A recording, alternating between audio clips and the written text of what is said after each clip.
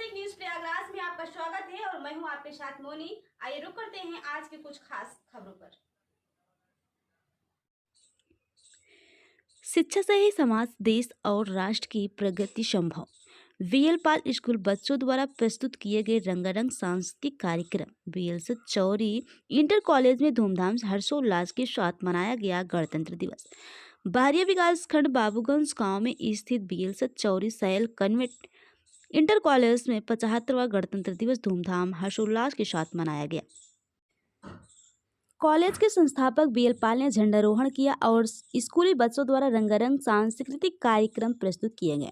इस दौरान कार्यक्रम को संबोधित करते हुए बारिया ब्लॉक प्रमुख शशांक मिश्र ने कहा कि बच्चों को संस्कारित शिक्षा देने की जरूरत है। संस्कारित शिक्षा से ही समाज, देश और राष्ट्र की प्रगति संभव है। शिक्षकों का सम्मान करना हम सब का धर्म है। सम्मान देने से सम्मान मिलता है। समाज में अच्छा कार्य करने वालों का सम्मान होना बहुत जरूरी है। वही कॉलेज के संस्थापक बीएल पाल ने कहा कि बच्चों को अच्छी शिक्षा देने की जरूरत है। इसके लिए शिक्षकों के साथ अभिभावकों को भी आगे आना होगा। अच्छी शिक्षा से ही समाज, देश और राष्ट्र की प्रगति संभव है। इस अवसर पर विद्यालय परिसर में आए हुए अतिथियों का कॉलेज के प्रधानाचार्य राम सखा पाल ने आभार प्रकट किया। रिपोर्ट कृष्ण कुमार, एडवोकेट, आज तक न्यूज, प्रयागराज। एसडीएम, कमिश्नर भविष्य में सब बन सकते हैं। उसका अधिकार देने का काम संविधान के माध्यम से संकल्प करिएगा कि हमें जीवन में करना क्या है। जिसका पढ़ाई में मन लगता है, मन लगा के पढ़िएगा। जिसका खेलने में मन लगता है, वो मन लगा के खेलिएगा, क्योंकि खेल और शिक्षा दोनों एक दूसरे के बराबर हो चुके हैं। पहले हम लोगों के जमाने में सब कहते थे खेलवे कूदवे होवे बर्बाद, पढ़वे लिखवे होवे आबाद, तो वो कहावत अब खत्म हो चुकी है।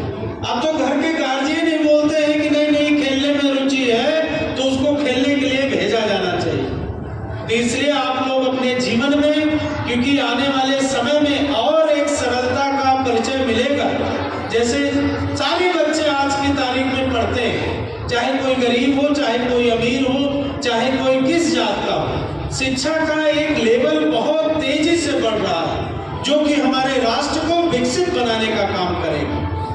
पहले के समय में बच्चों ये सब जानते रहो, जितने इतने हमारे बुजुर्ग लोग बैठे हैं, पहले 10-10, 15-15 गांव के बीच में एक विद्यालय होता था। अब बहुत सारे विद्यालय में चलते थे। कोई आम के पेड़ के नीचे चलता था, तो कोई कहीं किसी भाई एक तरह से जमींदार लोग रहते थे, कहीं दे देते थे, तो वहां गुरुजन लोग पढ़ाते थे, तब जाके इतनी बड़ी तरक्की कर पाए।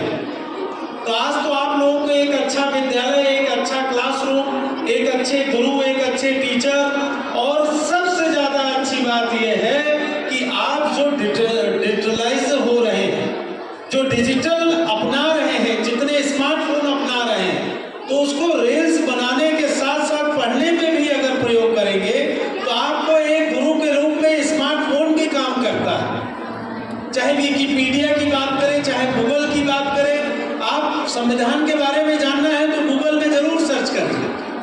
तो इतना जो हमारा देश आगे बढ़ रहा है, उसमें आप जैसे जो 10 साल 15 साल पहले से तैयारी कर रहे हैं, उन्हीं की देन है। और बहुत लंबा चौड़ा भाषण ना देके इस विद्यालय परिवार को भी हम एक तरह से बहुत बहुत धन्यवाद देते हैं और एक निवेदन भी करना चाहेंगे। इस सब्जेक्ट तो आते हैं, आजकल तो हम देखते हैं कि सारे विद्यालय में एक्स्ट्रा एक्टिविटी ज्यादा कराई जाती है।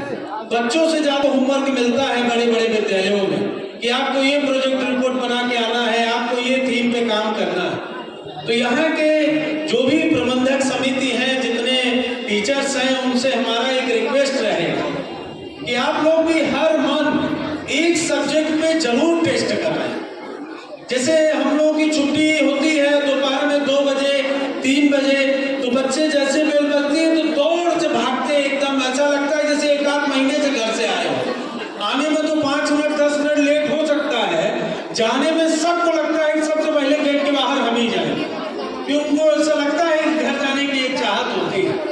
तो छुट्टी के समय अगर हम लोग पहाड़ा या टेबल का प्रैक्टिस कराएं कि 5 महीने 20 तक का टेबल लर्न कराना है, क्योंकि बच्चे छोटे छोटे हैं, इनके गार्जियन इनको कुछ भी पूछना होता है तो यही बोलते हैं 13 का टेबल सुनाओ, प्रोटीन का टेबल सुनाओ।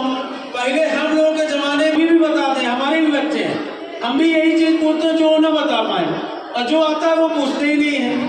तो ऐसा कुछ नया परिवर्तन लाए विद्यालय में, और हम इस विद्यालय में आए नन्हे मुन्ने बच्चों का एक तरह से हमने अभी अभिभाषण में सुना, बहुत एकदम गदगद हो गया कि यहाँ में भविष्य दिखता है।